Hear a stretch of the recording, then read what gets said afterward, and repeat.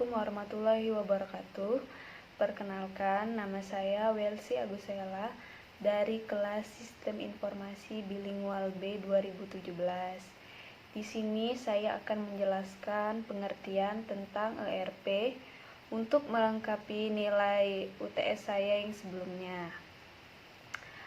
ERP itu sendiri singkatan dari Enterprise Resource Planning atau dapat diartikan dengan perencanaan sumber daya perusahaan. ERP adalah sistem informasi yang diperuntukkan bagi perusahaan manufaktur maupun jasa yang berperan dalam mengintegrasikan dan mengotomasikan proses bisnis yang berhubungan dengan aspek operasi, produksi maupun distribusi di perusahaan yang bersangkutan. Mengapa kita perlu ERP? Karena ERP memiliki berbagai macam manfaat bagi perusahaan. Salah satunya adalah yang pertama itu integrasi data uang, dan yang kedua standarisasi proses operasi, dan yang ketiga standarisasi data dan informasi.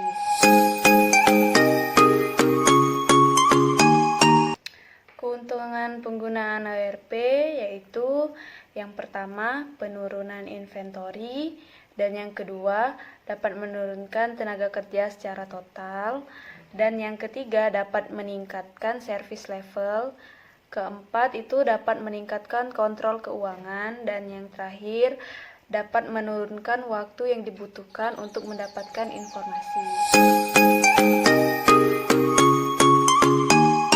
Gagalnya ERP dapat terjadi karena beberapa faktor. Yang pertama, waktu dan biaya implementasi yang melebihi anggaran. Dan yang kedua, per-implementation tidak dilakukan dengan baik.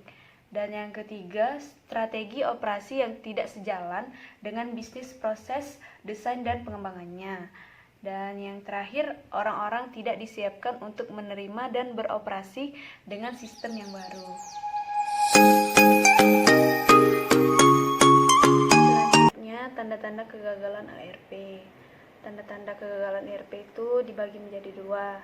Tanda-tanda kegagalan ERP yang pertama itu ada 6. Yang pertama, kurangnya komitmen top management, dan yang kedua, kurangnya definisi kebutuhan perusahaan atau analisa strategi bisnisnya perusahaan.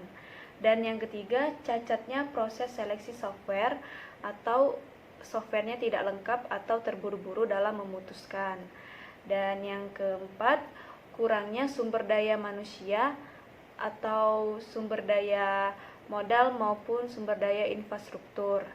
Dan yang kelima, kesalahan dalam perhitungan waktu implementasi.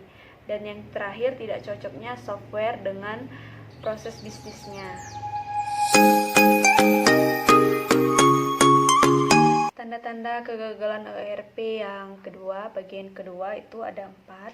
Dan yang pertama itu kurangnya training atau pembelajaran. Dan yang kedua itu cacatnya project design atau cacatnya project management. Dan yang ketiga itu kurangnya komunikasi kepada perusahaan atau miskomunikasi. Dan yang terakhir itu saran penghematan yang menyesatkan sehingga seringnya terjadi kegagalan dalam ERP di perusahaan. Sejarah terbentuknya ERP. Awal mula pada tahun 1960, ERP tersebut mempunyai sistem informasi yang bernama Material Requirement Planning atau juga bisa disingkat dengan MRP.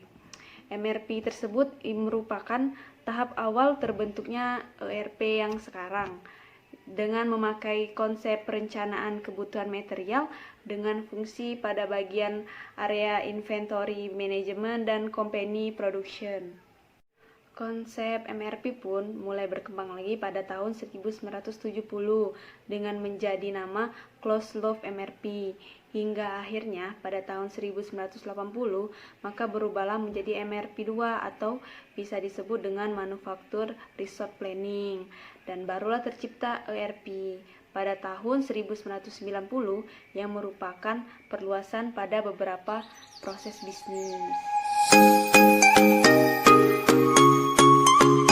ERP juga memiliki berbagai macam nama-nama lainnya yang seperti CRM. CRM merupakan Customer Relationship Management, dan juga ada SCM. SCM juga merupakan Supply Chain Management, dan juga ada PLM. PLM merupakan Product Lifecycle Management, dan juga ada SRM. SRM merupakan Supplier Relationship Management.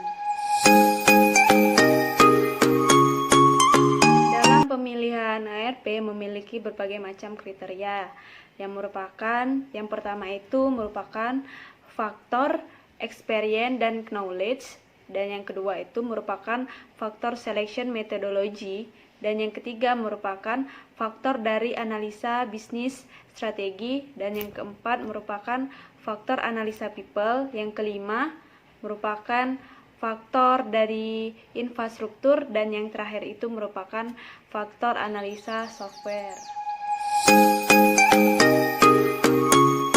Dan untuk fungsi ERP itu sendiri yaitu bertugas untuk mengintegrasikan proses-proses penciptaan produk maupun jasa dari perusahaan, mulai dari pemesanan bahan-bahan baku atau bahan mentah, dan sehingga dapat diproduksi sampai terciptanya bahan jadi, produk jadi yang akan siap ditawarkan kepada pelanggan.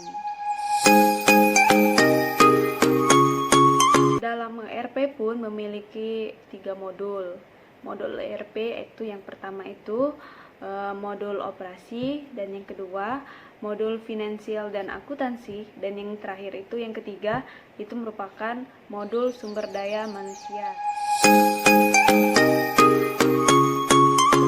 Kita ketahui sekarang sudah banyak sekali perusahaan yang memilih untuk meninvestasikan perusahaannya dengan menggunakan sistem ERP dengan berbagai macam alasan, dan salah satunya yaitu karena sistem ERP dapat mengintegrasikan informasi keuangan perusahaan, dan juga sistem ERP pun dapat mengelola persediaan dan pesanan perusahaan, dan dapat juga mengelola dan menganalisa pelanggan, dan juga sistem ERP pun dapat menstandarisasikan dan mempercepat produksi perusahaan, serta dapat mengelola HR, dan juga dapat menangani pengadaan, serta sistem ERP pun juga dapat membuat berbagai macam laporan untuk perusahaan.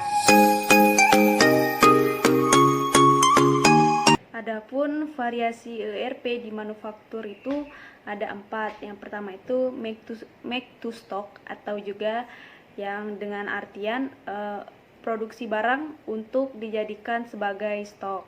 Dan yang kedua itu ada assemble to order, barang itu akan dirakit berdasarkan permintaan pelanggan. Dan juga ada assemble to stock, produksi barang itu akan dirakit untuk dijadikan sebagai stok perusahaan. Dan juga yang keempat itu ada make to order, barang akan diproduksi sesuai dengan permintaan si pelanggan. Petunjuk dalam mengimplementasikan ERP itu ada berapa cara. Yang pertama itu ialah harus menentukan target implementasinya, dan yang kedua itu harus mengembangkan secara modular, dan juga yang terakhir itu yang paling penting itu menentukan biaya dengan cermat, menentukan berapa besarnya biaya yang akan. Adapun komponen kunci yang harus dimiliki oleh software ERP distribusi yaitu perencanaan manajemen distribusi, dan juga sales management, dan juga purchasing management, dan juga ada quality management, dan customer relationship management, dan juga barcoding.